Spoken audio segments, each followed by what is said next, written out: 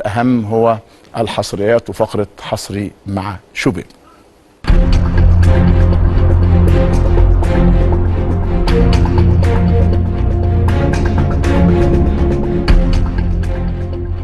فحصري مع شوبير النهارده هقول لك 3 أخبار.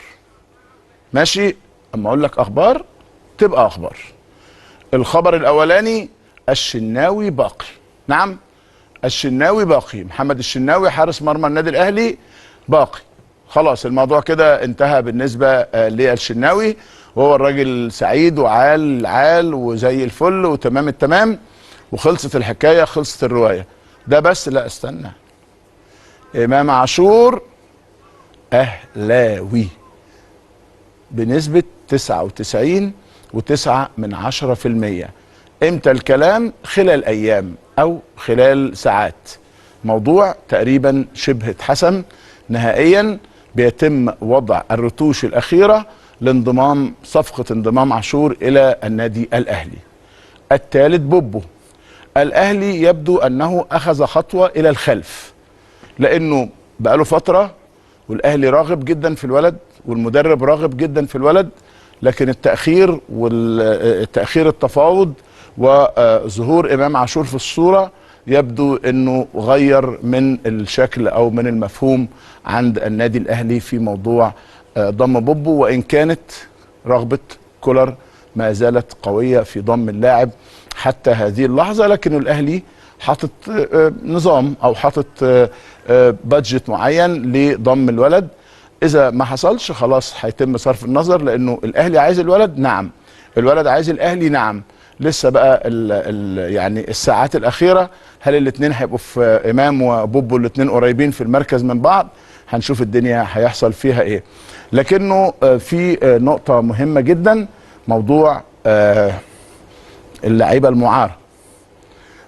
ما تردد من أسماء الناس تعود إلى النادي الأهلي كلها اجتهادات غالبا لا أساس لها من الصحة، لكنه الأقرب للعودة في كلام رايح وجاي عن محمد مغربي. الشغل في النادي الأهلي في موضوع الصفقات واللي هينضم واللي هيمشي على قدم وساق.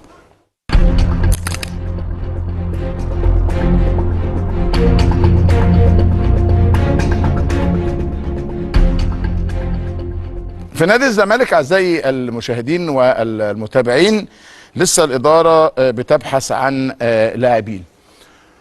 في فكرة للاعب إفريقي تحت السن، والناس عايزة تغير شوية في الوكلاء اللي بيتم التعامل معاهم. تاني، الناس عايزة تغير شوية في الوكلاء اللي بيتم التعامل معاهم، لأنه الموضوع ده مهم جدا، لأنه خلاص سامسون مروح، زكريا الوردي روح، لسه إبراهيم انداي لسه القصة شغالة معاه شوية، فلسه نادي الزمالك ما استقرش على موضوع اللعيبه اللي هيتمكن من ضمهم. كلام كتير جدا بتسمعوه عن ضم لعيبه وعن رحيل لعيبه، كله مازال في مرحله الاجتهادات. خصوصا هيشوفوا قصه شيكابالا عامله ازاي. شيكابالا الفلوس الزمالك هيدفع ولا مش هيدفع؟ الزمالك عايز يدعم ب3 لعيبه افارقه، وده استقرار مدافع ولاعب وسط ومهاجم او واحد جناح على اليمين. ده اللي دفع نادي الزمالك انه يستفيد من اللائحه ويجيب لاعب افريقي تحت السن. بالتاكيد مهمه صعبه.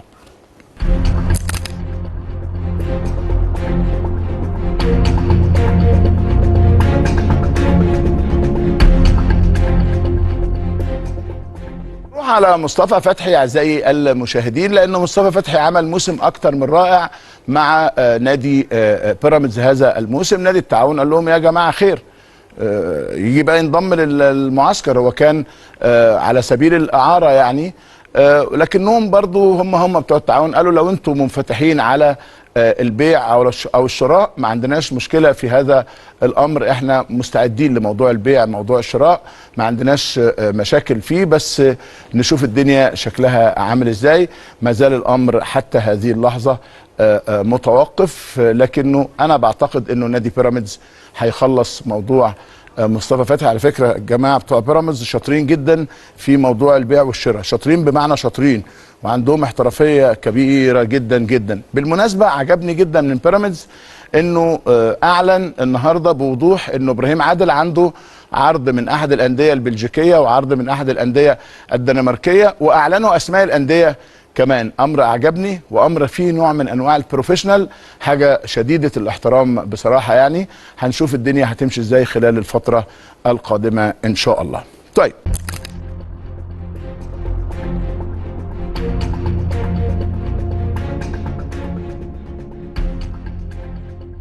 في نادي الزمالك اعزائي المشاهدين والمتابعين، لسه الاداره بتبحث عن لاعبين. في فكره للاعيب افريقي تحت السن، والناس عايزه تغير شويه في الوكلاء اللي بيتم التعامل معاهم.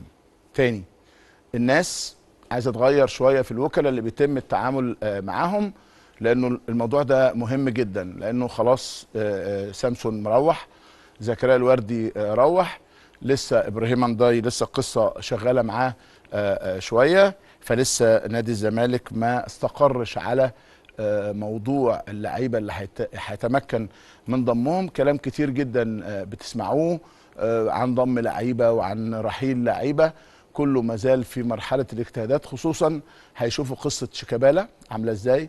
شيكابالا الفلوس اللي الزمالك هيدفع ولا مش هيدفع.